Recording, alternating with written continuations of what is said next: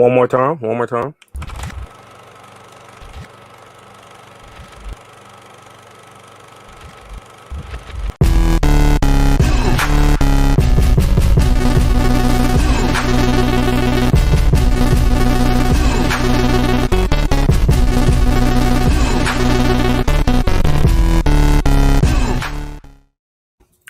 What's going on, everybody? Welcome back to another episode of the Gamer Core. This is episode 68. We are one episode away from the esteemed episode 69. And I am joined by my guest co-host, Raul, the Nerdy Chicano. How are you doing, my friend? I don't know whether to be surprised that you played the song twice, or the fact that you actually used the countdown. Nobody uses the countdown. It's like once you go live, we just click the song and we go in. I didn't Yeah. know you actually use, and not just use it, but you use the full 30 seconds of the Yeah. countdown. That's how I'm able, to make sure that any problems that go on between like starting the stream are gone. It's the full 30 seconds. That way, if Twitch do some bullshit or YouTube do some bullshit, Yeah, yeah, they're I gone in that respect 30 it. seconds. I So, respect it. yes, sir. Uh, What's up, man? How you doing? I'm doing pretty good. You know, just another day to be a gamer. So, you know, but how's it going for you, Raul? Glad to have you here, man. It's been all right. We spent most of the day together. Been playing some Halo Infinite, and just impulsively bought a Black Friday purchase, and stayed home, just relaxing here. But other than that, yeah, yesterday we had the what's it called, invite only premiere of Before I Leave, so got to hang out and do that. So Yes, glad to be here. and So what a beautiful film it was indeed. thank you, Yeah, bro. Thank beautiful you. film. Um, you guys, who weren't there to see the Ah, premiere of the film, you missed out. yeah. Stacy, nice to see you in chat. He's here. He's here to pimp the Before I Leave the video game, isn't? Yeah, he is actually. Yep. Now Stacy, that any is supposed to be private. yeah, yeah, Come on, bro. Yeah. man. Now any appearance that I make anywhere has to be about Before I Leave. Oh yeah, So for today, sure, for sure. Before I Leave video game, it's a choose your own adventure story where you either choose to play as Brianna or as Natalia during those 3 days, and you'll see how the ending will end up. Imagine having to deal with the mom. Yeah. That I would literally be shaking in my All your shoes. all your your decisions will lead up to the mom, and to see how that ends up going for you. Oh man, that's so great. But we're glad to have Raul on the show.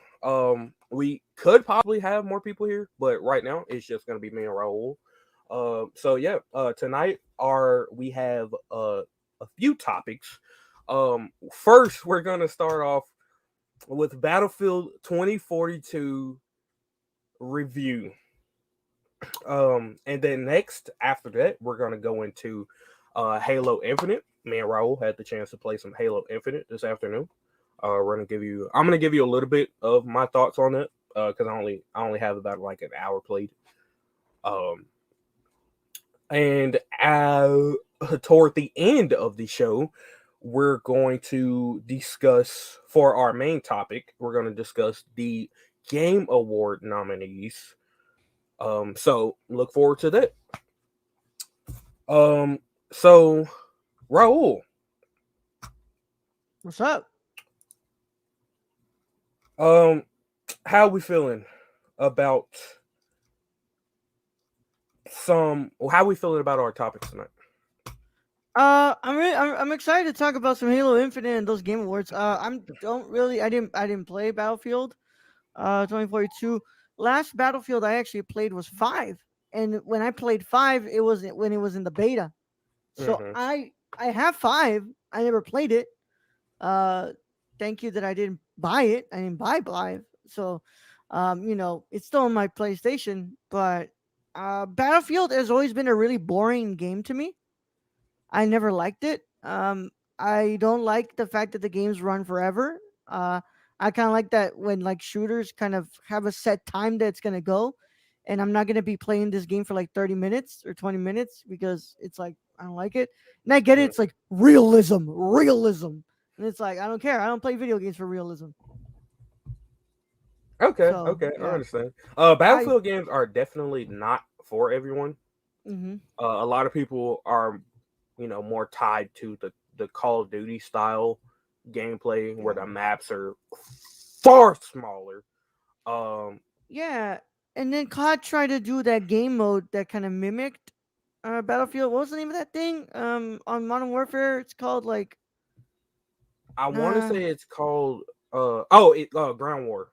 Ground War. Yes, Yeah, and it uh was huh. the most boring shit I've ever played. And I was like, I know Bryce would always want me to play Ground War with him. I'm like, dude, this isn't fun to me, dude. Like this sucks. Like honestly, I don't like how this game plays. Like I don't like Ground War. So Hmm. that's that. I did see the trailer for 2042 when it first came out, and I wasn't impressed by it. It was like I really don't really see myself wanting to play this game. Okay. Well, yeah, like I said, Battlefield is definitely not a game for everyone. That I personally I just enjoy it because um what is it? Anyone play the GTA trilogy? They're definitely not bored to this. I'm hearing a lot of things about that trilogy, bro. Thank you for Um, reminding me, Stacey. That I was actually going to give a few thoughts on that, just briefly. But I didn't want to like do 2 weeks where Rockstar news was the main, one of the topics. But that I will probably add a full in depth thought about the GTA trilogy and all the reviews on it next week. I yeah, usually don't do um game game game record 2 weeks in a row, but next week I'll probably do a show then. And I will make that one of the topics. Um but yeah, like we're saying, Battlefield 2042, not a game for, or Battlefield in general isn't a game for everyone. The game, where the maps are really big. There's vehicles, there's helicopters, tanks, everything that you can really think of that would probably be in a real Battlefield scenario. So, um, and a lot of people just aren't really fan of that, and I definitely understand. Like trust me, after playing Battlefield 3 was the first Battlefield I had ever played, mine too.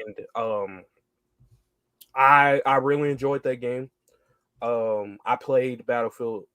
I basically played every Battlefield since then. I played Battlefield 3. I played Battlefield 4, 1, 5, now 2042. So, um, and I'm just gonna jump in right into my thoughts about 2042 because like Raul said he hasn't played 2042. So um I'm just going to jump into what I think of Battlefield 2042. Right. So, um first of all, I just want to preface this by saying I really enjoyed Battlefield 3 and 4. There were a lot of features of those games that I feel made the game worthwhile, such as classes, right?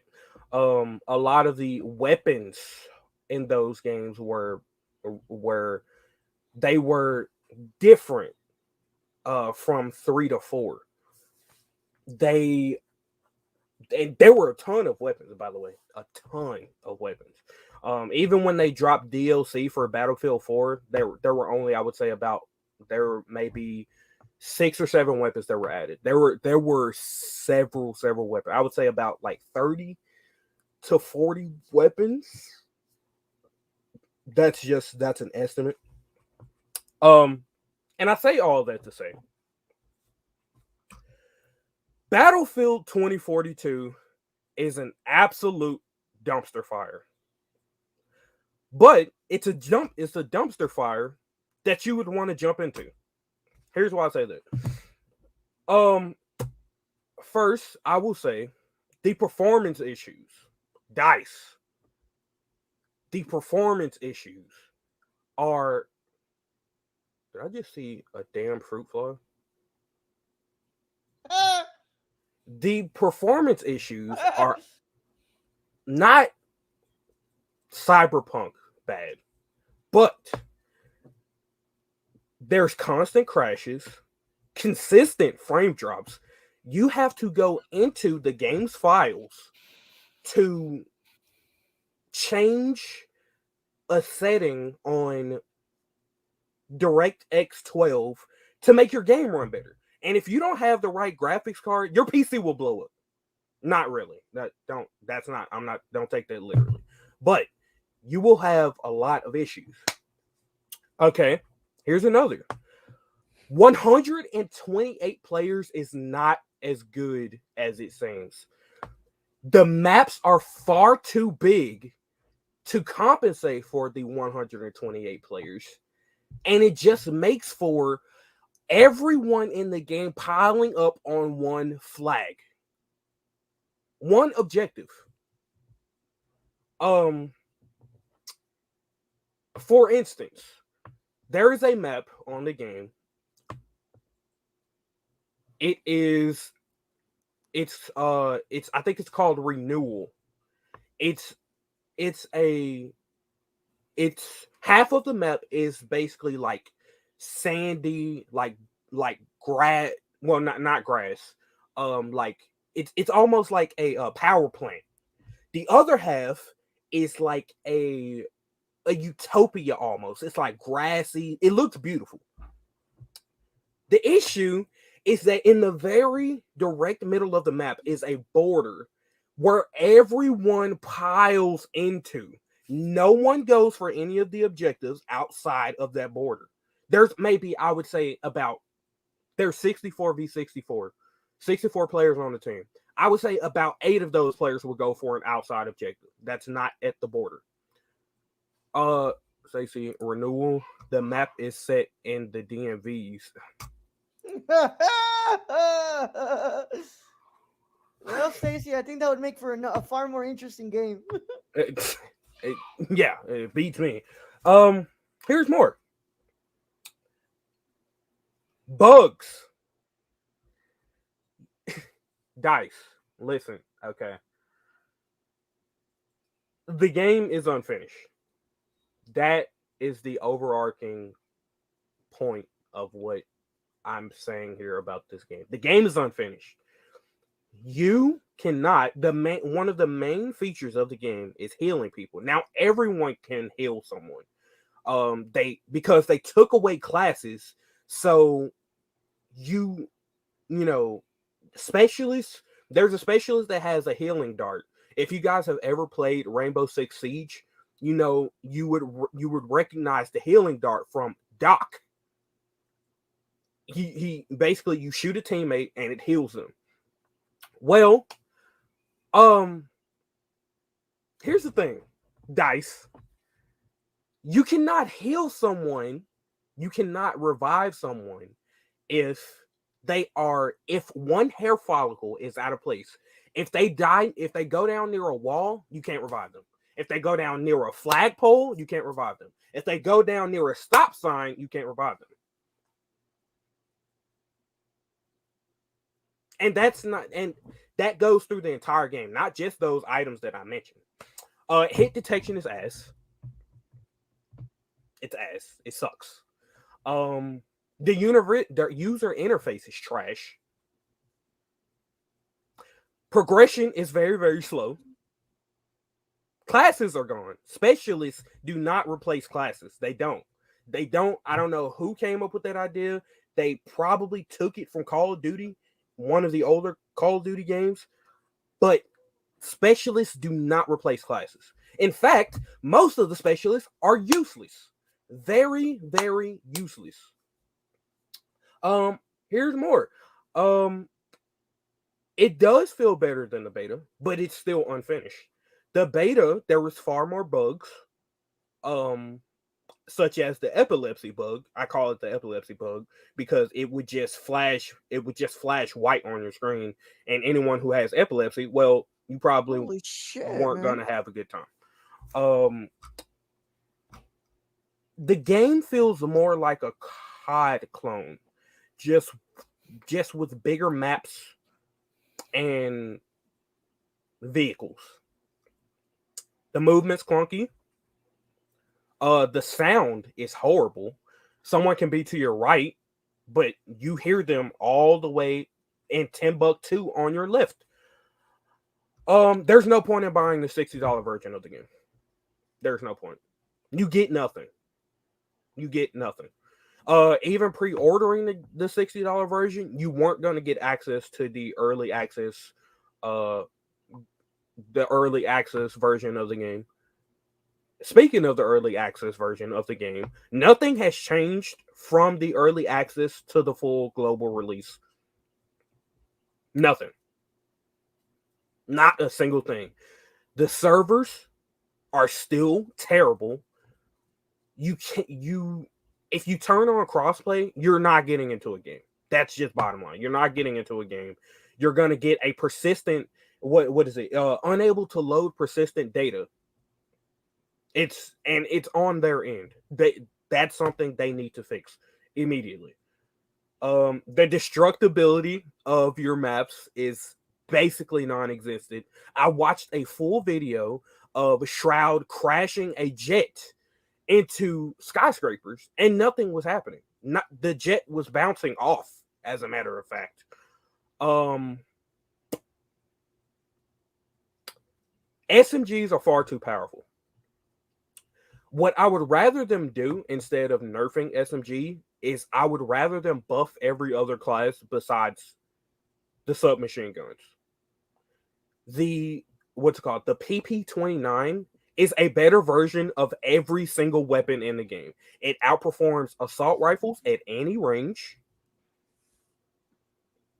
At any range. Far, long range, medium range, and short range. Um ARs need a buff. LMGs need a buff. Snipers need a buff. Well, no, snipers don't really need a buff. Snipers are fine. Shotguns, I never see people run around with shotguns. Because the maps are too big. You're not gonna run into anyone in that close quarters. Barely. Um Vehicles are far too powerful. Please, DICE, nerf hovercrafts. You have no idea how many times I've seen a hovercraft climbing up a skyscraper with no penalty. It DICE, listen, your game is not finished. I knew that this was going to happen. I called for the game to be multiple people actually called for the game to be delayed again. And you still released it. I The game is a big disappointment from what Battlefield 4 was. And here's the thing. Battlefield 4, from what I've seen, is had a just about the same launch. Yeah, get exposed, Raul. The same launch as 2042. What? But no, I threw us back on two. Oh yeah, I'm sorry. I'm making you a thumbnail as we speak because I forgot that I didn't make one for you. Oh no, you're fine. You're fine. Don't worry, I hadn't even made one for our shows, so I was like, shit, I forgot that I hadn't made one yet. Oh, you're So good. You have yeah, a lot on your plate. I I don't know, just but I I'm just kind of like floored that this is still a problem with developers, is that like releasing games that probably shouldn't be released, that's like haven't that aren't ready to release, and it's like I'm still kind of like floored with the idea that this is still a constant thing that's happening. I would mhm. think that we would learn from like other what's it called, games that have before like shown that maybe putting it out when it's not ready to be put out isn't the right strategy. And like I really don't know what kind of goes through developers' heads when they do this, bro. Because like, do they think that people won't notice, or do they think it's like, oh, like it's just gonna go under the radar? It's not like nobody's gonna notice that we haven't like it's not ready to release. It's just Well, here's what it is, and I'll tell you. It's because of now a lot of games are going live service. So their idea now is we release the game broken and fix it as the game goes on, which is completely opposite of what should be going on. so The I think game that just should come causes more out frustration. That just exactly. causes more frustration, and I think that it leads to people not wanting to trust the developers. You know, because Mhm. like I mean, say what you want about the CODs. You know, what's it called? Say what you will, but like every time they release that game, that thing's pretty much done. I mean, there's Yeah. always going to be a day one patch, but like they patch it as they go about things that they need to fix. But like Mhm. nothing missing from those games. And I will definitely say Sledgehammer. From what I don't own Call of Duty Vanguard, but from what I've seen, Sledgehammer has done a phenomenal job of supporting their community and being transparent and open about things coming to the game like patches or just a multitude of things. Dice has been pretty transparent, but at what point do we just it's sad because the one thing that you can really hope for nowadays when with games like this release is that the game is just functional. It's sad. Uh, well, well, sir, you've never seen me shotgun snipe someone from thousands of yards away, miss horribly, and get blasted into pieces. Yes, that's pretty much what happens. No one really ever runs shotguns. The maps just aren't. They're too big. The main way that you could ever get close enough to someone to use a shotgun is if you're inside of a building. But otherwise, if you're outside, just roaming around, you pack it up. um, so now that I've finished my uh rant, what's up, dudes? What's going on, man? Nice to see you in chat. What Uh, up, and Dibs? Ari, nice to see you in chat. Welcome, What welcome, welcome. up? What up, Dibs? I don't know if you were both here. I don't think you were. But you just missed my um it wasn't everything, but I wanted to try to keep it as as tame as possible to avoid going off the rails and saying something that I would regret in the future. Um so yeah, with that out of the way, um we'll go into our free games with your subscription on each platform. Um so for PlayStation, we have Knockout City for PS4 and PS5. First Class Trouble for PlayStation 4 and PlayStation 5, and Re-Reckoning for PlayStation 4. Everything here is pretty much going to be the same from last week. Um, so, but the main changes for Xbox Game Pass now. Everything before November 15th, everything that was there is gone now. So, and so for Xbox Game Pass, we have Unpacking, It Takes Two, Kill It with Fire, Football Manager, Forza Horizon 5, Grand Theft Auto San Andreas, the definitive edition, One Step from Eden, and Undungeon. Oh yes, Dibs. Thank you for reminding me. Need I remind everyone that also in Battlefield 2042, um, you can go through the map. Damn. So what happened was me and my squad we were in a Humvee, and you know on the vehicles you can use a boost to obviously um move faster. And what happened was we were on a map that has really a lot of sand, and it's a lot of just sand the map is terrible. It's hourglass. It's I don't like that map. And we hit a dune, but instead of going over, we went inside and started swimming. I'm not joking. There's no water on the map. We were swimming in the sand as our Humvee just fell to absolutely nowhere. I don't know, but so in other words, it's Battlefield 2077. Yes, Stacy, absolutely.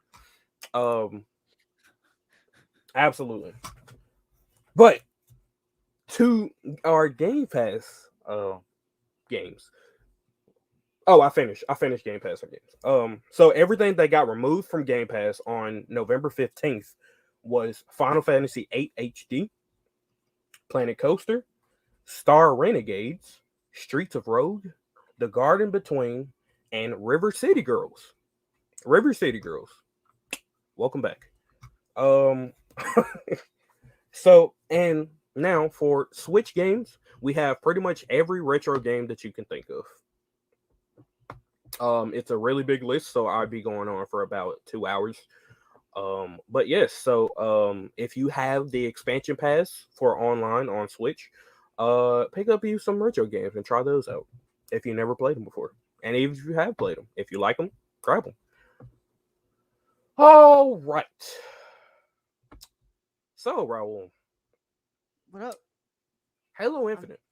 I'm definitely not working right now while we're on here. Okay. All right. Well, we'll Nah, just we got it. What's it called? You've got a thumbnail up, and now I have a thumbnail up for the next show too.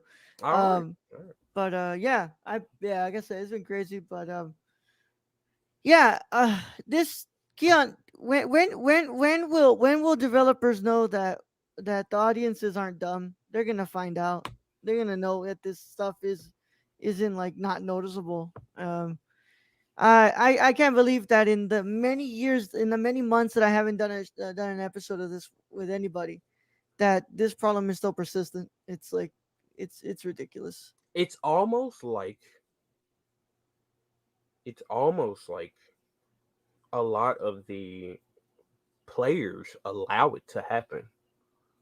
And by Well, that I mean, if you say something bad about the game, or not bad, but if you critique the game, because there's a difference between critiquing a game and say just outright saying something bad about it. If you critique a game, they will call you dumb and they will flame you for yeah, critiquing the game, even though in good faith you're trying to help the game be better than what it is. And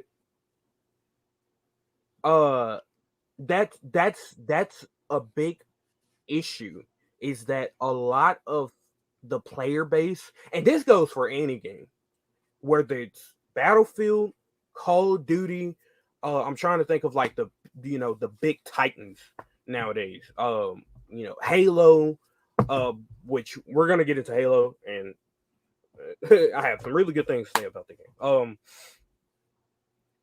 The player base just doesn't know how to accept or recognize when a game needs help.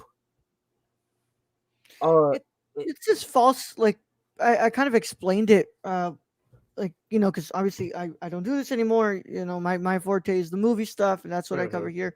I'm on here today because of Keon asked me to come on, and also nobody else was going to come on with him, so I was like, fuck it, I got time, I can be here with you. It's kind of this false sense of ownership of something that you've like played for so long. It's kind of the way that we kind of see the way that people kind of react to when the directors get asked about like superhero movies, right? And Mhm. they're always like, and then they say that like, oh, I don't like them, I would never make them, I think they're dumb. And then all of a sudden, like, you have everybody with a Spider-Man profile picture on Twitter start attacking you. And it's like, I think it's like this kind of false sense of ownership of the product. And Mhm. it's like, oh, I grew up during a time and I've loved this thing for so long that I feel like there's this ownership of this product that I consume, that I feel the need that I need to defend and like defend, when, like, let's be real, these developers make what's it called these developers made this game, and they've gotten paid, you Yeah. know So Mm-hmm. they're putting it out there. They don't gotta worry anymore. After it's out, it's out. Mm-hmm. They know that they'll continue getting money from their diehards.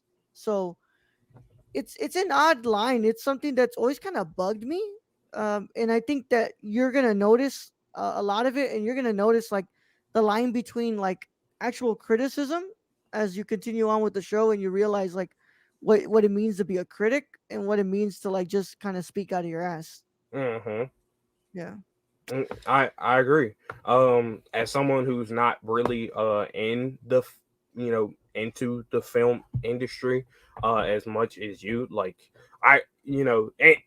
it it in a lot of ways is very relatable, and I can tell because Yeah. people that act this way about video games do the same thing about movies. So it's not really much different, to be quite No. honest. Um, Yeah. and I don't know. It just it does bother me really because first of all, I know a lot of people probably paid the $90 for this game. These people are charging $89.99 plus tax surcharges and fees for this game that was not ready to be released when it was. It you and I just have to say that regardless, because they're not like Call of Duty where they don't come out with the battlefield every year. The last Battlefield was I think in 2017. Oh no. The last Battlefield was Battlefield 5. That Mm-hmm. was 2019, 1918. I think. I think. Yeah, I think it was 2019. 2018. Yeah, 20 no, November 20th, November 20th, 2018. 2018. Oh Mhm. shit, man. So that was the last Battlefield game. Um, Dude, and they delayed that one because it says here it was supposed to release in yeah. September, and they Mhm. released. So what was the thing this time? Like y'all couldn't delay this one? Like Well, that's the thing is they did. The game was originally supposed to release earlier this month. Actually, no, it was supposed to release last month, and they delayed it to November. Um, what's going on, Aiden? Nice to see you in chat, bro. What's popping? Trying to give Cyberpunk another war. another world, and you let know how that goes, baby. Listen, I will say that, um, and I'll give my brief thoughts on the GTA trilogy. I will say that it seems like Rockstar has not learned from CD Projekt Red and Cyberpunk 2077 whatsoever. Uh, uh, I I do not personally own um the GTA trilogy, the definitive edition. Well, the original or the definitive edition, but I've watched gameplay and I've seen clips online. Um, what the hell did y'all do? The hell did y'all And I do? should have known because the period of time when the trilogy was announced to the release of the trilogy was a month and a half, 2 months, something like that. What in the hell are they doing in that 2 months? It's almost like these developers are kind of sweating to release a quarter four release, and it's like, what do we have that's kind of like not entirely gone gold yet, but it's kind of ready-ish to like, Mm-hmm. that's not fully polished. So like, it's kind of this idea of like, well, we haven't released anything in the last 3 quarters. Might as well put something out for quarter four, and it's kind of ridiculous if you think about it, bro. Mm-hmm. It is. Oh, I it just and I'm laughing because I'm thinking about some of the things that I've seen. For one, the rain looks absolutely terrible. you get the GTA trilogy for the radio stations at this point. Right, and even then, because of licensing issues, of course, um, the original, the original songs that were on the radio in the original games aren't on there anymore, but they're in the Really? game files. Ah, man. Um, you get yeah, that's basically what it is. Yeah. The character models look terrible. They just do. Um, and I'll just leave the rest of my opinion for next week when we talk about it. Um, because I wasn't prepared to really come on here and talk about the GTA trilogy, but I figured since we're talking about broken games and unfinished games, that now would kind of be a good time to indulge a little bit into that Yeah, into that a topic. little bit of a taste. Yeah. So, but I hope that all of you who bought the GTA trilogy got what you paid for. I ain't get that shit. I knew nah. I got tempted a little bit. And I was like, nah, nope, nope, nope, nope. I don't trust Rockstar. I really don't. So uh into our next topic, we're gonna talk about Halo Infinite. Raul, we had the chance to play Halo Infinite a little bit earlier today. Uh huh. Um, I'll let you give your thoughts first.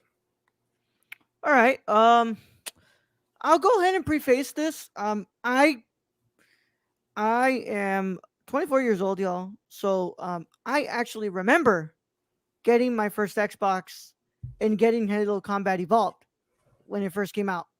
Um, I played that with my brother. We what's it called? I fell in love with that game instantly. And my big brother as well fell in love with it instantly. When Halo 2 came out, Halo 2 was probably one of my favorite sequels to a game ever. I love the whole double wielding in that game that they brought in. It was something that was like new, and I also love the continuation of the story. Of course, Halo 3 is one of my favorite games of all time. It was one Halo 1, 2, and 3 is probably one of my favorite trilogies of all time. The whole story that continues into 3 is just fantastic. Um, ODST was a fine game that I was like I never really played all that much, but I played I liked. Hell, I love Reach. I love Reach. Reach was one of my favorites. Hell, I even like 4. I like 4. 5 was really disappointing, and 5 was really disappointing, but it makes up with like the multiplayer for a bit. But the story always lacked a lot. Um, So I have been like, kind of thirsting a little bit for like a new Halo. So when they had done that whole event and they showed Halo and like you saw the graphics and you saw like the design of the monkey in that trailer. We all remember that. That shit looked bad. It looked bad, man. I was like, what is going on? This is supposed to be Xbox Series X? This is what it's supposed to look like? So I had really been apprehensive, and I was like, "Oh man, here we go." So what's gonna go down? And when the alpha came out, I started hearing a little bit of rumblings of people being like, "Yo, this is good. Like this is really good." Like I like people were going on about how great it was. So I was like, let's see what's going on here. So I saw that this was available on Steam, and I went ahead and downloaded, and I'm here to tell y'all that I actually really, really enjoy this. It had been a long time since Halo really like captivated me in a way where I can say that I felt like I was having fun playing a Halo game, because I hadn't had like this level of fun with Halo since Reach, honestly. Because like 4 was okay, but like Reach was the one where I was like, oh, I'm loving this and I'm really having a lot of fun. So this is really good. I like the mechanics. I like the gun choices. And I just love that it feels like Halo, bro. It feels like Halo. It's something that honestly I think that 5 was missing. Hmm. So what would you rate what you've played so far out of 10? So I'm enjoying so far. I would say from what I've been able to play at the moment, I only have a couple of little things that I'm kind of like a little bit like nitpicky about, but I would say that I am sitting at a solid like 7.5 out of 10 right now.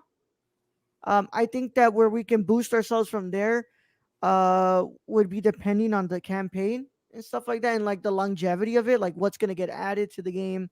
But I think for right now, what I've been able to play, I've really been enjoying the game. I think I'm at a solid 7.5, borderline 8, if some things get fixed. Okay, okay. Um, Lovely words from Raul. Uh, uh, I am definitely on board with saying that this game is really, really good. I first got into Halo when I was a wee bit lad. We bit I led. don't, I don't, I can't really name an age. I would say from the ranges of like 7 to 10, because I would go over my cousin's house because I've never personally owned an Xbox.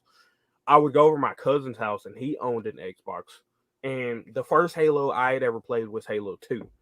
Um, and I love playing it. I love it. I don't really remember much from it, but I do remember like the dual wielding. I remember you used to dual wield like needlers. You could dual wield. It was just fun. Like the game, The the game was fun. submachine guns, Yeah, bro. The yeah, subs. Oh, yeah. It was. I love those games. And then I the those games, as far as like from Halo 1 to 3, are kind of fuzzy to me because it's been so long since I've played them. Um but I oh no, Stacy. no, And with the things. multiplayer out now, you can have a whole new generation of 10-year-olds using racist slurs while you play. Things aren't like they were back then in Halo 3, and kids aren't that bold anymore. um, they You think still kind so? of are. They still kind of are, but like I think nowadays, for like what I've experienced, like in game lobbies, nobody actually talks in game lobbies anymore. That is very true. And it's Yeah, because of the invention of Discord yeah. that people don't really talk in, like, party chats for consoles and stuff like that. People don't really talk in lobbies anymore unless you're playing COD, and then that's when you'll find everyone in their lobby all in Oh deep yeah. throating their mic, Or you screaming at hear the each guy other. who's playing music in the Uh-huh. lobby, and it's like You'll hear the kids screaming in the background. You'll hear dog, you know it dogs barking and you shit. know so but it, maybe it's I won't say that it's not. Maybe it is for the better. Well, It, it's for the better, for like safety mm-hmm, reasons and making sure that these, no one's getting like told nasty stuff. But mm-hmm. also, like, a lot of us made friends That's playing true. in those lobbies, and some people were able to make really like long lasting friendships because of that. So Mm-hmm. it's something that like was really a product of its time, and I feel like nowadays that's something that's kind of been lost with gaming. And I wish it's something that everybody was able to experience. But I also understand that, like, yeah, I'd rather not be on a freaking lobby where I'm getting called a racist slur. And Yeah, yeah, yeah. Um, and very well said, honestly, uh, because regardless, people still do it nowadays. As a matter of fact, there's been plenty of clips on Twitter circulating where T-Pain uh, was in a COD lobby, or RDC World One were in COD lobby, and they were just getting slammed with racial slurs. So yeah, but as far as I could say about how that influences like the fun factor, uh, I would say this: it was a different time. Back in the old days of gaming, what some people would like to call the glory days. Um, uh, No, thank you, man. it, I'd rather not. it, I won't relive those days, bro. I'll tell uh, you this right now, bro. yeah. So it was a different time. And I feel like a lot of the experiences that we had on those games back then definitely shaped a lot of us. It gave a lot of us thicker skin for the most part. Um, and it it's shaped of a lot of us today. I know for a fact it definitely shaped me because prior to hopping into lobbies like that, I was a very sensitive lad. Anything you say my big toe was big and I'd cry. Um, you could say my belly button was out of place and I would cry. You could say I have pepperoni nipples and I would cry. So I'll definitely say that those lobbies have definitely given me um, a thicker barrier.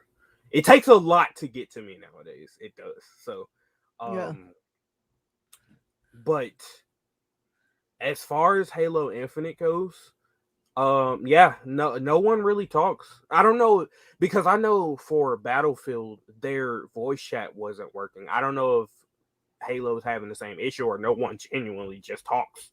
Uh, and I think it could be the latter. So, but Halo is really fun. I'm really glad that they went with the decision of making the multiplayer free. That is that has to be one of the best business moves I've seen. I don't know so much about the multiplayer still being $60. That is that is strange. That the or did I say the multiplayer? I mean the single player, the story mode. That still being $60. I hope it's long enough. So but uh next we have our what's it called? We have games that are coming this month or released this month. So, majority of the games on this list have already released until next month when more games get announced.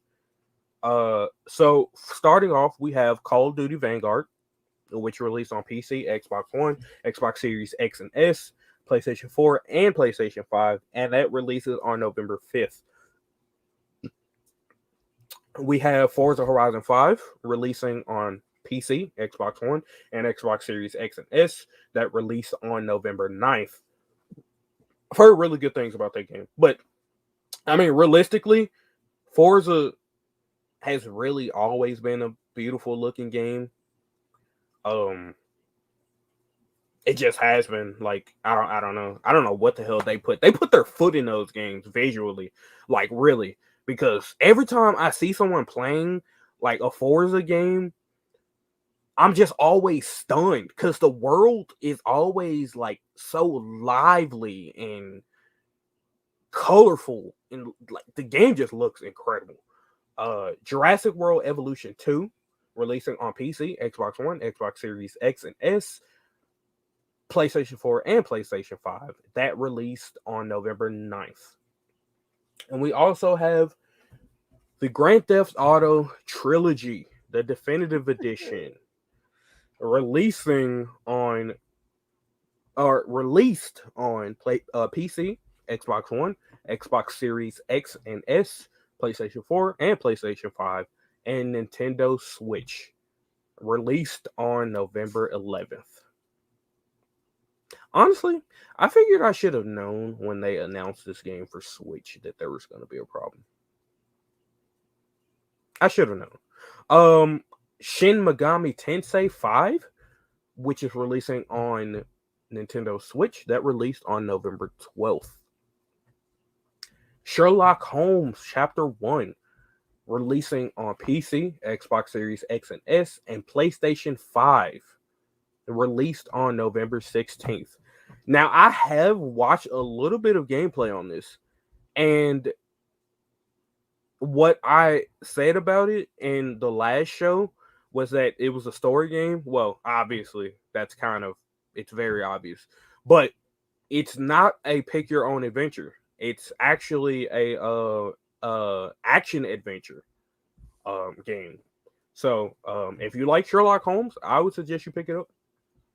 It looks pretty good from what I've seen so far. Battlefield 2042 for PC, Xbox One, Xbox Series X and S, PlayStation 4, and PlayStation 5.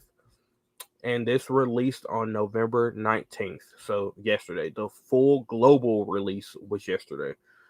A lot of people probably may have had the early access multiplayer.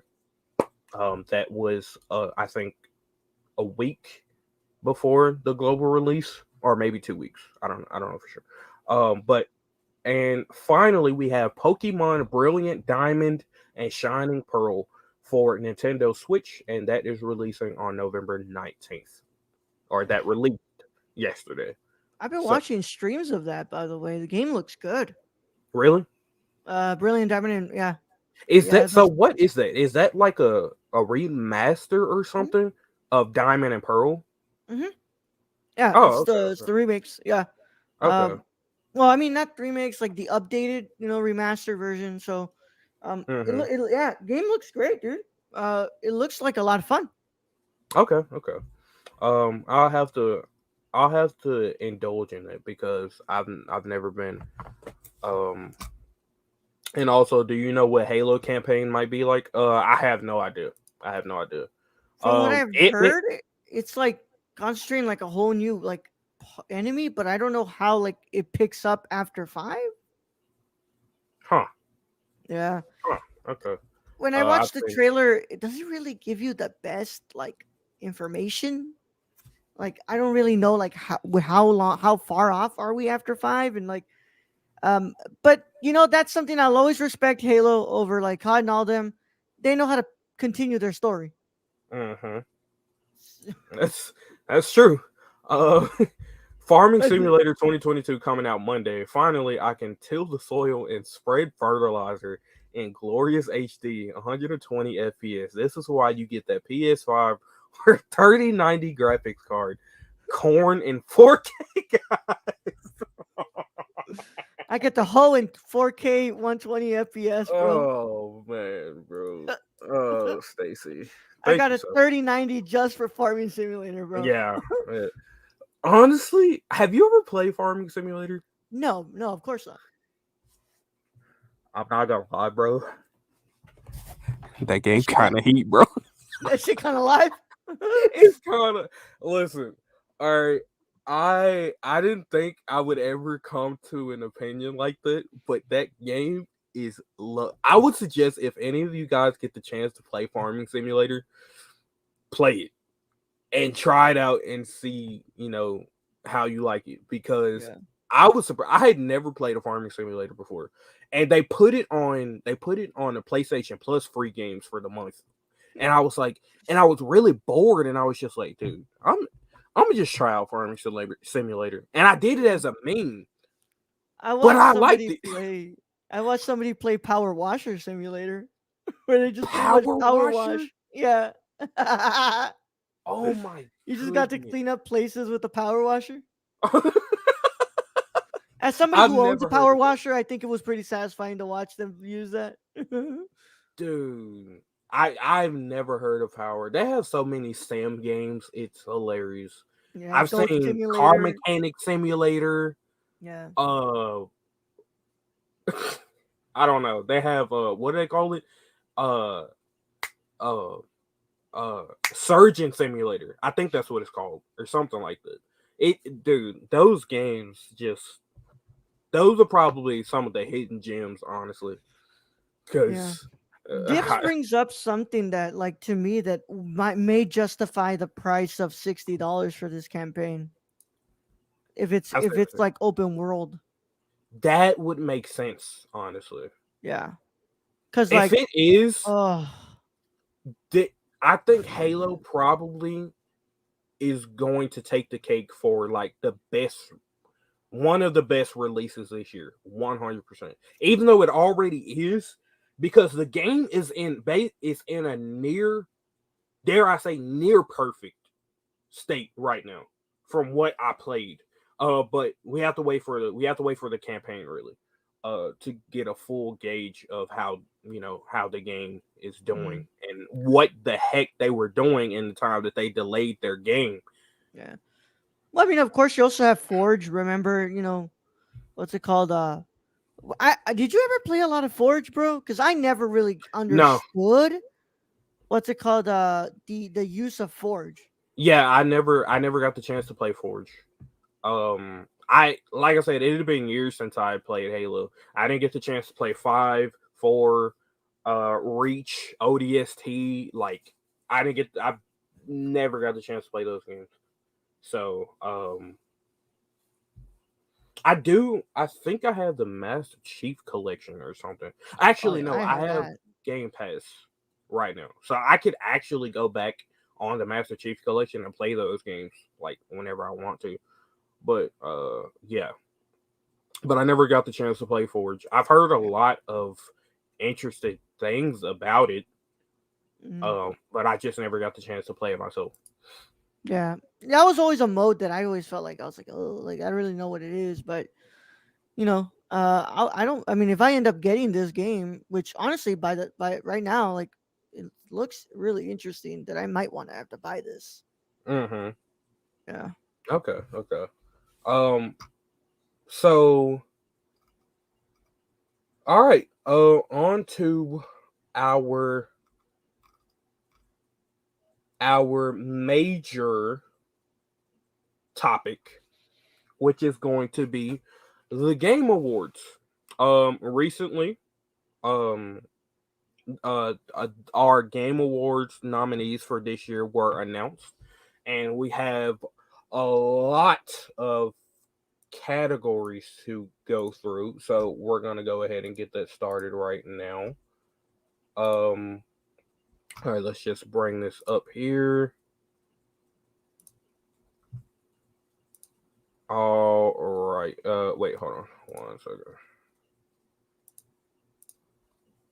All right. So, courtesy of Game Informer, we have our Game Awards nominees. Game Awards will take place on December 9th, 2021. So, and also there are rumors that there are over 30 games that will be announced at the Game Awards. So, if you're interested, make sure you set it on your calendar and make sure you're ready. So, we're going to head into our we'll head into our nominees. So, Raul, do you need me to zoom in so that you can Oh, I start? got it on my end, bro. Okay, Yeah, I okay, got okay, this. I got the thing pulled up on my end. okay. All right. Yeah. So we'll save Game of the Year nominees for last. We're gonna go. We won't go through all of them. We'll start at. We will start at best sports racing game and then go upward. We're gonna leave esports alone because a lot of esports, like you know, I don't really. I'm not really into esports like that. So, but we have our nominees. Where does For Minesweeper fit in? I have no clue. retro Uh, game of the year. yeah, yeah. All right. So our nominees for best sports racing game are F1 2021, FIFA 2022, Hot Wheels Unleashed, Forza Horizon 5, and Riders Republic. Anything that you see there interesting? Bro? I'm not surprised that NBA wasn't in there because I heard that the last NBA game was really bad. Like it was like there was like bugs and everything, bro. Mhm. Yeah. Yeah. I'm Yeah. actually surprised. I'm actually surprised to not see 2K in her.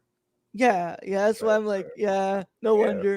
Um, I didn't know that they made a Hot Wheels game. I didn't either. This is actually hilarious. Hot Wheels Unleashed. I've Yeah, never heard that before.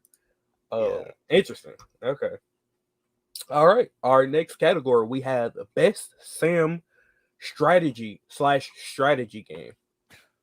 Age of Empires 4, Evil Genius 2, World Domination, Humankind, Inscription, and the Microsoft Flight Simulator. Roll. You're telling me that this Age of Empires 4 is a real thing, and it wasn't just an ad I saw on YouTube multiple Oh times no, and on no, Facebook and it is a real thing. I don't know where. I don't know where Age of Empires like gets their ad time from, but I see them all over, and it looks like a mobile game to me. I'm not even gonna lie. Is that a mobile game? I think that is a mobile game, bro. That's why I'm like, I thought this was just like an ad on YouTube that you just constantly saw. I thought it was like Raid Shadow Legends, where like not a lot of people actually play Raid. That's what I thought it was. I'm zooming in so everyone can see. Yeah, that's what I thought Age of Empires was, but apparently not. Um, I think Flight Simulator wins. Yeah, a lot of people I know love Flight Simulator, which I mean, I guess that's cool. Like you get to fly around and like visit historic landmark. It's like hyper realistic. So that's cool. Next we have best family game. Let's see what Stacey said here. If only Leslie Nielsen was still around to accept the award for Microsoft Flight Simulator. Oh my god. Who is Leslie Nielsen? I think that's a what's it called? A pilot. Like, hold on, Leslie Nielsen. I think I know who he's talking about.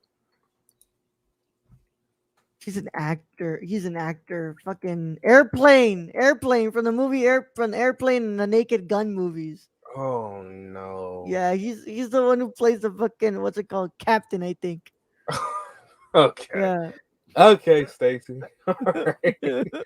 All right. So our next category we have best family game. Our nominees are It Takes Two, Mario Party Superstars, New Pokemon Snap, Super Mario 3D World plus Bowser's Fury, and WarioWare Get It Together. Oof. Yeah, you have some good like family games here, bro. Like Yeah. Snap. You know, you have Mario Party Superstars, which Superstar. I saw my Mhm. friend stream a couple of days ago. Looks so much fun, bro. I mean, but Mario Party is always like the game that looks fun, and then it's just absolutely Oh, of terrible course. for your relationships. Yeah. You're not lying, man. That game will kill your friendship/relationships. I can promise Oh you that. yeah, oh Finally yeah. off work. Hey, nice to hear that, man. How was work? Um. So yeah. Yeah. I think a lot of these. Listen. Three Super Mario 3D World. That game looks incredible. Pokemon Snap, of course. Mario Party, like you said, that game is always me and children constantly disintegrating each other. Wait, what do you mean? On Mario Party? Oh no, It Takes Two. Oh yeah, okay. Yeah, It Takes Two is another game that is either going to destroy your friendship/relationship or build it. Um, and it's probably gonna do the farmer. So all right.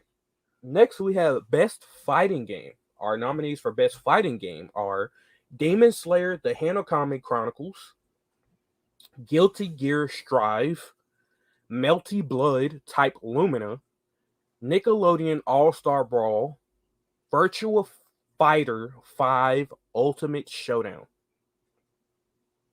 I would say Nickelodeon All Star Brawl is not winning this. Ah, As cool as it is to use some of your favorite Nickelodeon characters in a Smash style game, there's just not enough mechanics in that game to warrant it winning best fighting game. It seems pretty bare bones to say the least. hmm.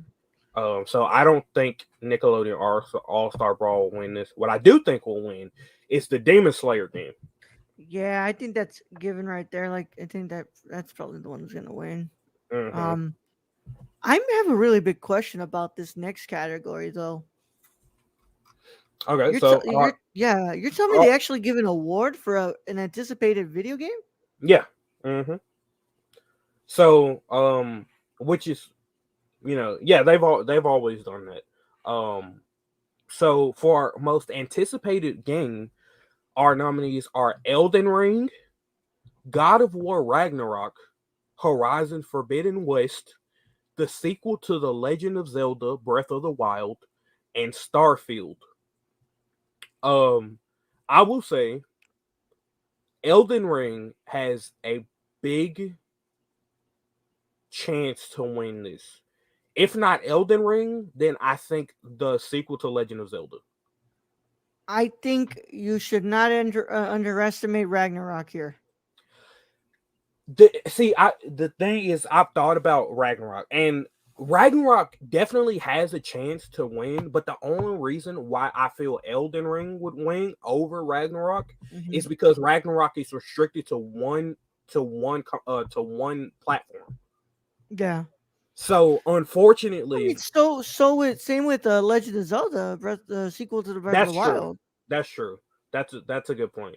Um, so with that being said, actually, I feel like just because Elden Ring is gonna be on basically all platforms, I think uh I hadn't even heard about. I have to double check. But I think platforms Xbox Series X and S, PlayStation 4 and 5, Xbox One, Microsoft Windows. Yeah. So yeah. Um basically all platforms. I didn't see Switch. So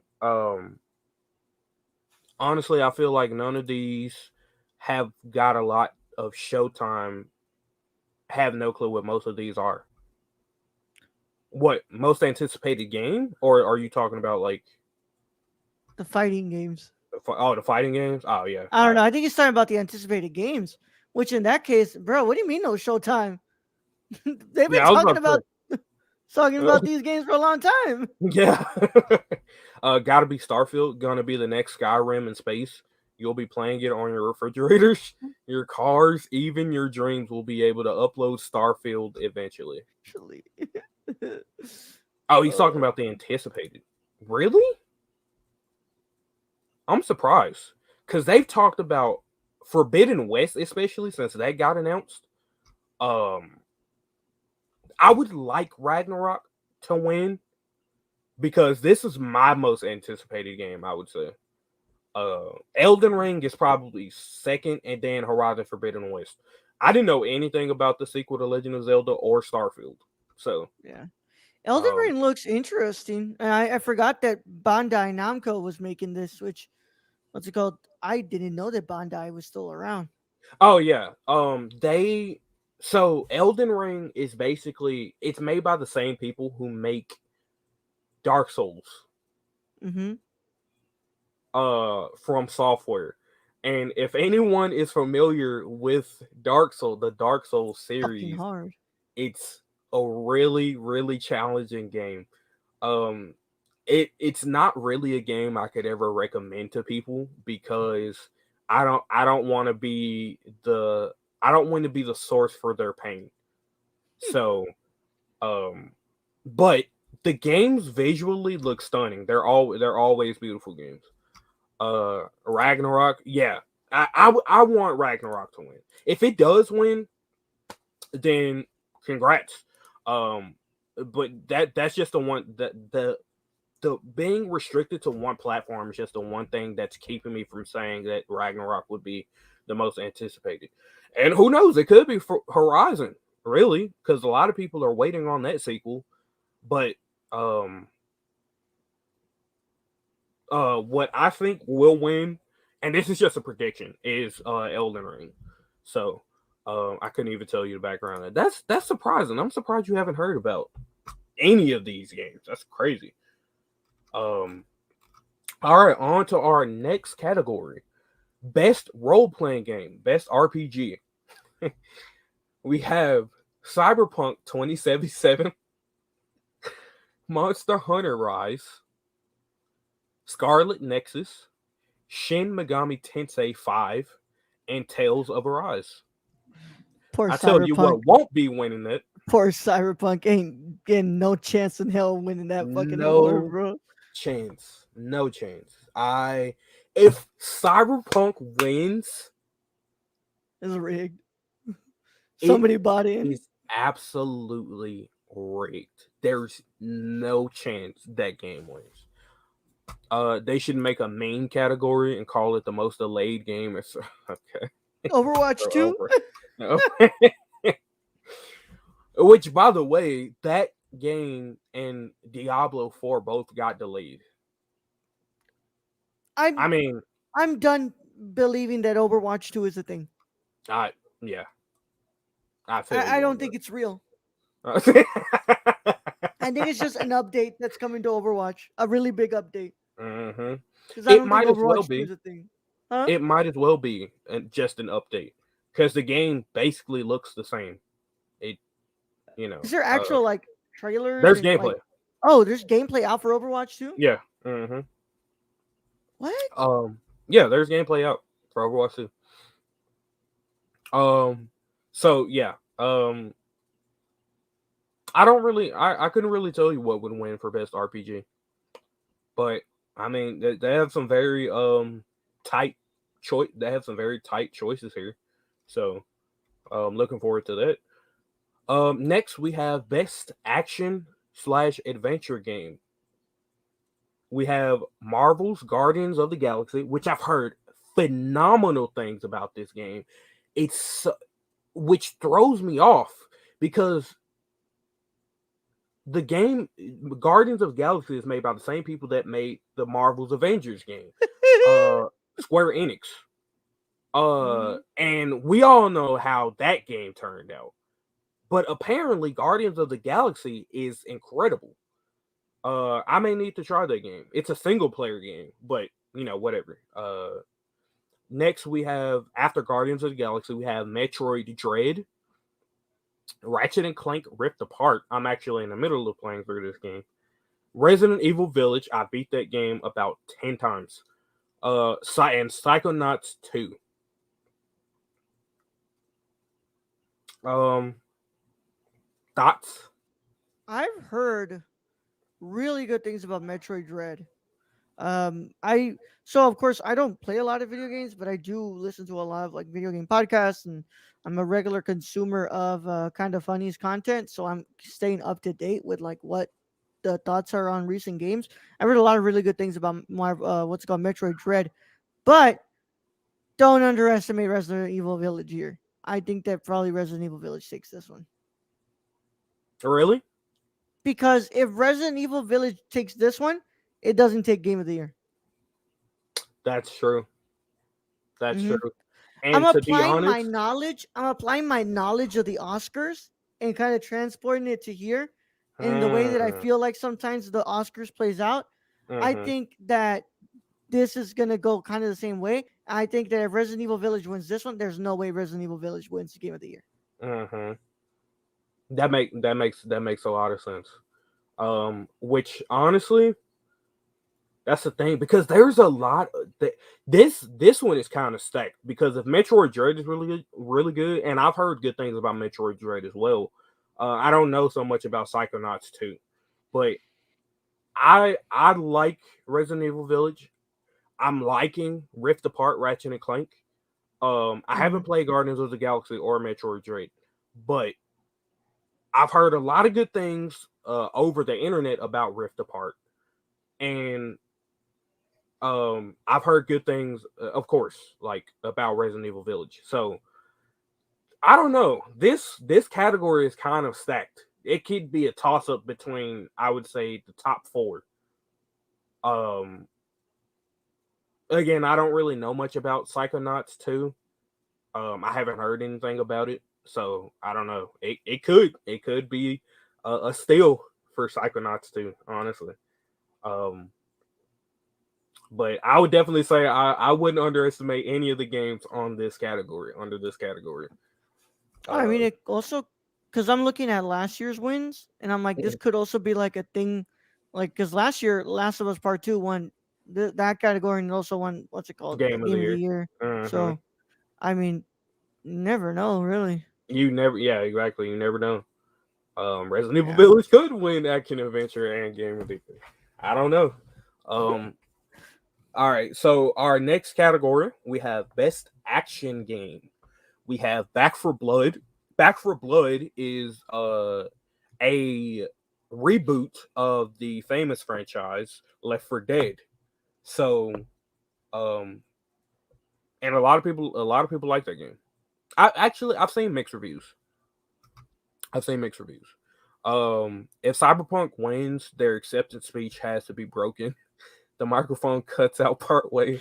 The video feeds go. Oh man, it'd be funny to see Phil Spencer, the Xbox, um what I forget his title, but uh it'd be funny to see Phil Spencer talking on screen just to see or just to hear his mic go out or the screen go out. That'd be funny. That would be funny. You know what, Talking about Cyberpunk. Keon? What's I'm up? looking at these past winners. It looks like what wins action adventure usually wins Game of the Year. Because in 2019, Sekiro won Best Action Adventure and it also won Best for Game of the Year. So, you know what? I think I'm going back on this. I think if Resident Evil Village wins Action Adventure, I think it might win Game of the Year. That is so true. I remember that actually because I I'm remember going into a rabbit hole here. I'm looking at like past winners just to yeah, see I how usually do long that this too. pattern goes, bro. Mm. So I knew what were did you see the nominees for game of the year for the Sekiro? Sekiro, Yeah. I can go ahead and look at it after I look at the pattern for 2018. Because I remember the game of the year. I mean, of course, it was Bro, stacked because it's game of the year. it's going back to 2018. God of War won Best Action Adventure in 2018, and it also And won I got Best for Game of the Year. oh well, whatever. I don't know. That's the thing is there's so many good games in under the action adventure category. Yeah, They're really so I feel like whatever if it's Resident Evil Village, Guardians of the Galaxy, Metroid Dread, Rift Apart, or Psychonauts 2, whatever wins that is winning game of the year, 100%. yeah. What So it that year as with Sekiro, that year was uh, Control, Death Stranding, The Outer Worlds, Resident Evil 2, and Super Smash Bros. Ultimate. okay, okay, so all right, that that kind of that's a pretty huh. How do I Yeah, put it? That's a pretty I would say mid tier game of the year list. Um, that's not the best that I've seen, really. That it does have some good, like Smash Bros. Ultimate, mm-hmm, Sekiro, obviously. Um, and you said Control, mm-hmm. and what else? You probably have to go Um, back to it. yeah.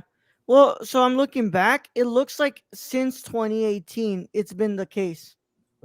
Since Okay, 2018, whatever has won Best Action Adventure has won what's it called? Has won Game of the Year. okay. Well, I'll say this: if Resident Evil Village does win action adventure, best action adventure, I would be stunned if it does not win Game of the Year because of the amount of influence that game had before it even came out. Yeah, And Capcom knew what the hell they were doing promoting that damn game. They knew what they were doing. They knew exactly what they were doing promoting that game. That's one thing I would say about Capcom is they yeah, they said we're gonna lure you into our game by showing you sexy vampire lady and Count Dormammu. uh-huh. And so, so yeah. Next for best action game, we have oh yeah, Back for Blood, Chivalry 2, Deathloop, Far Cry 6, and Returnal. Thoughts? I've heard really good things about Back for Blood. Deathloop 2 as well. I've heard a lot of really good things about that one. Hmm. Far Cry 6 I have not heard good things about. Oh, really? Yeah, I've heard that that Far Cry has gotten stale. That's Oh, what I've heard. Of course, I'm not saying that that's what I agree with because I've never played the game. So yeah. I don't know. But like, I've heard a lot of really good things about Back for Blood and Deathloop. So I think it's probably between them two. Okay, okay. But also, it I've would be heard good really things cool. about Back It'd be for really Blood. cool. It'd be really cool to see Giancarlo Esposito. What's it called? Accept the award for Far Cry 6. Oh, true. It would be. I would like to see that, honestly. I'd pop for that. Uh, Yeah. yeah. Uh, I've heard good things about Back for Blood and Deathloop. The only thing about Deathloop is they kind of made me sick of saying that game before it came out, because at every gaming convention there was, Back for Blood, or not Back for Blood, Deathloop was there. Like, in some way, it I got sick of saying promotions for that game, but uh I wouldn't be surprised if Deathloop wins Best Action, um, or Back for Blood, really. So next we have we'll skip Content Creator of the Year, and we'll skip AR and slash VR games. Um, all right, we have Best Debut Indie Game: Kena, Bridge of Spirits, Sable, The Artful Escape, The Forgotten City, or Valheim. I will say I've played two of these games. I've never played Sable, Artful Escape, or The Forgotten City. I've played Hmm. Valheim and I played Kena. Kena is a beautiful game. Um, story is story is decent. Hmm. But what really sells that game is the art style. Uh, the uh the gameplay, it's fun, but it's very lackluster in what it provides as far as mechanics go. The combat gets, I won't say it gets stale, but it gets repetitive at times. So but other than that, I would say this game has a very, if I knew anything about the other three games, um, I could say for sure which I think would win this. But honestly, it could be a toss up, because Sable, Artful Escape, and Forgotten City could be really good. I just don't know anything about them. Valheim, Valheim's cool. It's cool. It's just like your regular survival game, basically. Hmm. You could chop down trees, build houses, make weapons, and you venture far out, um, and you just, it's just your typical survival game. Um, but yeah, that's pretty much all I have to say on uh indie indies, the Hmm. debut indies. You have any thoughts, Ro? I don't know any of these games. I've only heard of Valheim because I think I've seen you play it before, Okay, or okay, I've seen okay, somebody stream it before. okay. All right. So we have best community support. For our nominees for best community support are Apex Legends, Destiny 2, Final Fantasy 14, Fortnite, and No Man's Sky. Thoughts? Sure as hell ain't gonna be Destiny 2. I'll tell you that right now. Ain't no way that game actually cares about its community. Ain't no way, boy. Boy, ain't no way, boy. Yeah, I think I can agree. Yeah. I don't think it's gonna be Destiny 2. Fuck no. Destiny 2, I think, won community support last year or the year before. Really? Yeah. Uh I guess they just Definitely. be giving out awards to anybody these days. I don't know. Like Bungie, they have their moments because at points they can be really good at community support, but then they drop off out of nowhere, Mm-hmm. and You then know, they when come it's back to it. convenient to them for sure, bro. Yeah, that's very true. Apex Legends, of course, like they support their community. I know for sure. Final Fantasy 14, I didn't get a chance to play enough of that game um to really know much about how well they support their community. And the But fact that that game is still going, dude. yeah, all these years Yeah. later, Same thing could be said about No Man's Sky, though. To be honest. that's true. That's true. Um, Yo, what's up, Murphinator? How you doing, bro? That's my guy. My guy. Hey, Nice to see you, bro. what's up, Murphinator? Um, Fortnite.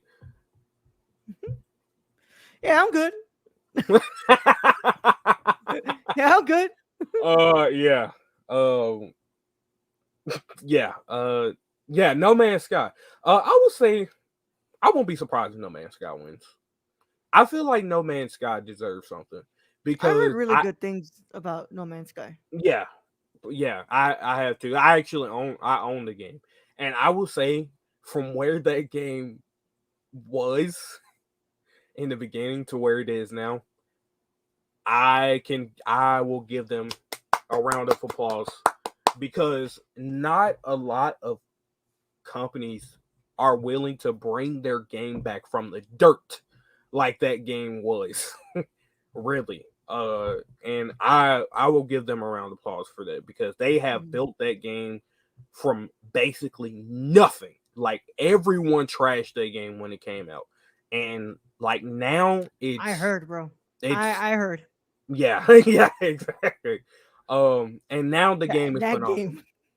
Yeah, I heard that game like brought like you know, NBA Finals level comeback, bro. Mm-hmm. Yeah, Exactly. The three, yeah, they, yeah, they they came were back down from three, a bro, three, and yeah. they brought it back. I'm very proud of that game. Yeah, No Man's Sky came far. It was nice to see it bounce back. Oh yeah, for sure, absolutely. Um, so yeah. Now for best mobile game, we have Fantasian, Genshin Impact, League of Legends Wild Rift, Marvel Future Revolution, and Pokemon Unite.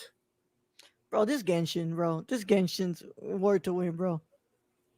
I have never heard of a game be played so much like fucking Genshin's been played, bro. Yeah, same here. Yeah, I For me, I think it's between Genshin or Pokemon Unite, but I think it's Genshin, it's probably probably. Genshin, bro. Yeah, Let's be real here. for sure. Um, so yeah, that's pretty much all I have to say on that. All right, best independent game. This one is very interesting because one of the nominees on this list came out of nowhere. So we have for best independent game, we have Death's Door, Kena Bridge of Spirits, Inscription, Loop Hero, and 12 minutes. 12 okay.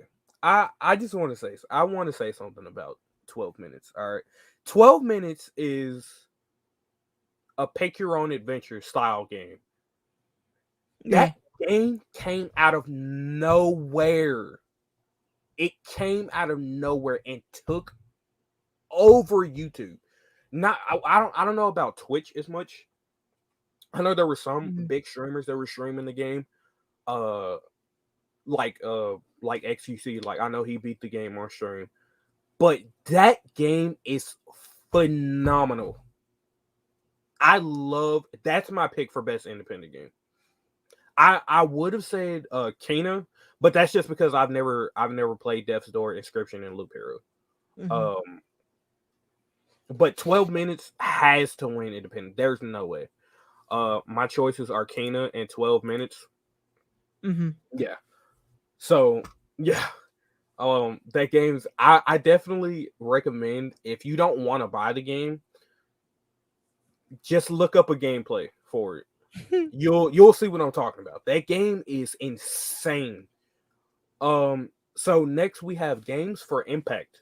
I don't know like the description for what this means, but I think it has something to do with like games that have a real life message, things like that. Um but So for our nominees for this category, we have Before Your Eyes, Boyfriend Dungeon, Chicory, A Colorful Tale, Life is Strange, True Colors. This is the only one that I've heard of on this list. And No Longer Home. It sounds like a Spider-Man title. So I haven't personally watched any gameplay on any of these games. But I mean they're probably good since they're on this list. So and actually, I know someone who's played through Life is Strange True Colors, and he said that this game is really good. So Is that a continuation of two, or is that like a chapter no, within two? no, it's I think this is its own game, just like two wasn't a continuation of one. I don't think. Yeah. Uh, yeah, I think it's just its own game, basically Life is Strange 3 almost. Okay. So all right. Innovation and accessibility. Uh this I think this goes to like games that go out of their way to help people with disabilities and things Mm-hmm. like that. I know The Last of Us 2 won in this category last year or the year before, Mm-hmm. because their accessibility options are really really good. So for our nominees, we have Far Cry 6, Forza Horizon 5, Marvel's Guardians of the Galaxy, Ratchet and Clank Rift Apart, The Veil Shadow of the Crown. So I've heard nothing about the accessibility when it comes to these games. I would say Ratchet and Clank Rift Apart has really good accessibility. It does. All right, I'll Um, take your word for it. Most of it's just like little goofy stuff that you can do. Mm-hmm. But um, it has really fun and good accessibility. Um, I don't really know much about the other games, so I can't really say as much. But so I don't know how I feel about like developers making their games accessible to be able to win an award. hmm I don't feel like that should be awarded, but like that's just that's just a me thing right there. I'm like, hmm we're gonna award the bare minimum that needs to be done.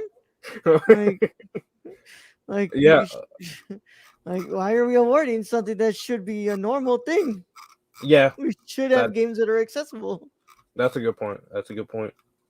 All right, we're gonna speed through these. The rest of these actually we may just skip some, because we do have to hop on for uh The the nerdcore. next show, the Nerdcore Yeah. show, the main show. So, we'll skip audio design, scoring music, art direction, ongoing. We'll do on best ongoing game. So for nominees for best ongoing game, we have Apex Legends, Call of Duty Warzone, Final Fantasy 14, Genshin Impact, and Fortnite. Fortnite has literally been in this category since it released. So, um, thoughts? um. I would say Uh. I think honestly it's a toss up. Really, I don't know. like what they've been doing with Apex. Like I like the new maps that they've been bringing in. They've done like the new seasons. They've always brought something kind of new, and I think that arenas did something pretty well for Apex to might kind of keep Mm-hmm. it like alive. So I think maybe Apex, but like I don't know, maybe Genshin as well because Genshin is really popular. Mm-hmm. But I also say don't underestimate Final Fantasy War. 14.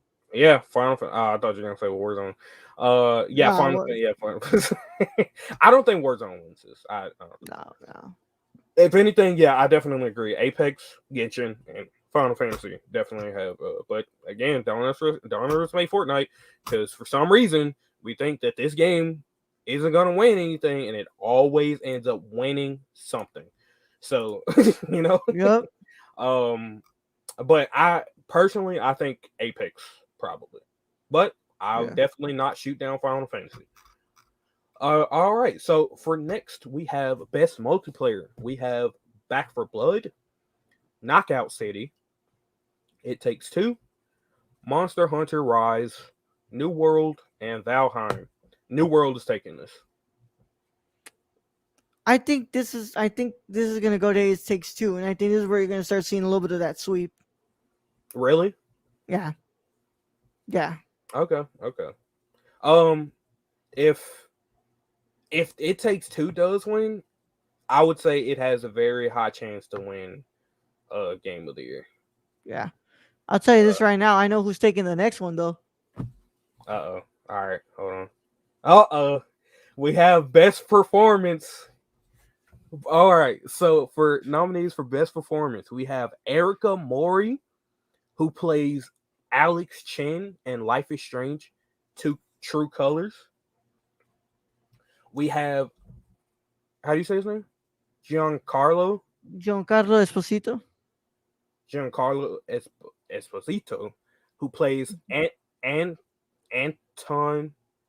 I think that's supposed to be said differently because of the um Anton. Anton Castillo in Far Cry 6. We have Jason Kelly, who plays Colt Vaughn in Deathloop. Maggie Robertson, who plays Alcina Dimitrescu in Resident Evil Village. This is my pick. I Lady love Maggie. Dimitrescu is gonna win, bro. I love Maggie. I love her. And last we have Ozioma Akaka, who plays Juliana Blake in Deathloop. I probably butchered her name. Um, if you ever watch this, I'm so sorry. Stacy, what? No, Nolan North this year? No, Nolan North. No. No, North. Um, I listen. I would be surprised.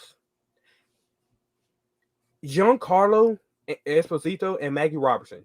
Those are my two. I would be fine if either one of those win because I've heard good things about Giancarlo. One And of the best actors of all time, bro. yeah, exactly. So I wouldn't be surprised if he wins. But listen, come on, come on. Mhm. All right. Best narrative we have Deathloop, It Takes Two, Life is Strange, True Colors, Marvel's Guardians of the Galaxy, and Psychonauts 2. Any of these games could win. Yeah, any of these can win. I think it's gonna go to His Takes Two. I think it does. Yeah, I think it does. like I said, I think this is where we're gonna start seeing that sweep. Yeah, for sure. Best game direction we have Deathloop, It Takes Two again for Deathloop, and It Takes Two. Returnal, Psychonauts 2, and Ratchet and Clank Rift Apart. It Takes Two. Yeah, I've heard a lot and of really good things about this game, bro. that game is like I said, that's my game of the year. And speaking Yeah. of game of the year, last but not least, we have our game of the year nominees. We have Deathloop, It Takes Two, Metroid Dread, Psychonauts 2, Ratchet and Clank Rift Apart, And last but not least, Resident Evil Village. Mm-hmm. Um, This this is a tight one that I think goes between three different games. It's between Deathloop, It Takes Two, and Resident Evil Village. mm-hmm. Yep, those are the three that I came up with as well. Um, yeah, this this is a very tight uh Tight, it, bro. it, Tight. yeah, any of those games could win, and Yeah. I won't be so disappointed at all if Deathloop wins. You know, I won't be disappointed, like, regardless of whatever game wins. um I would be surprised if it's not one of those three. I would be very surprised. But I wouldn't be disappointed whatsoever.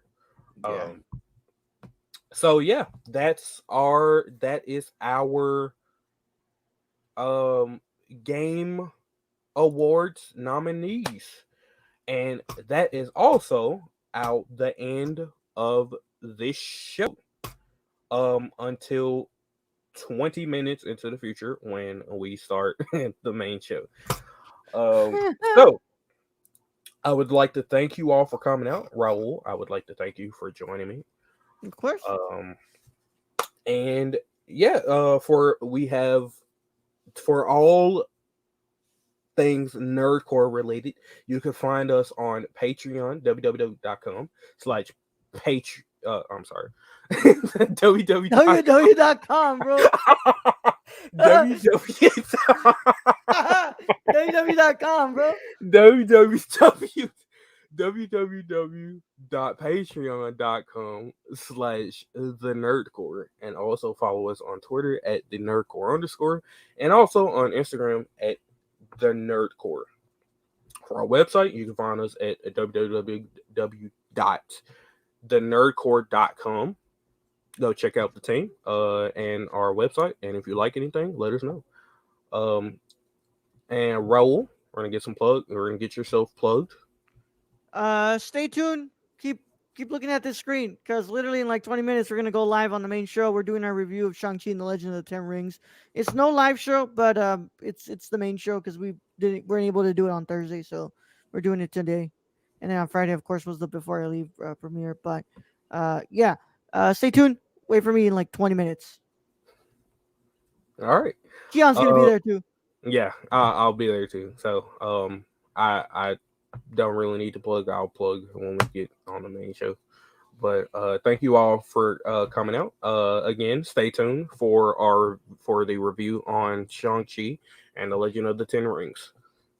Um, Again, thank you, Raul, for coming on, and thank you to our audio listeners out there. Thank you, our Patreon supporters. We appreciate each and every single one of you. Thank you to everyone who came in the chat. Murphinator, Stacy, Dibs, Aiden. We appreciate every single one of you. Ori, we appreciate you all. So thank you so much for stopping in. We appreciate you all. And we'll see you guys in 15 minutes.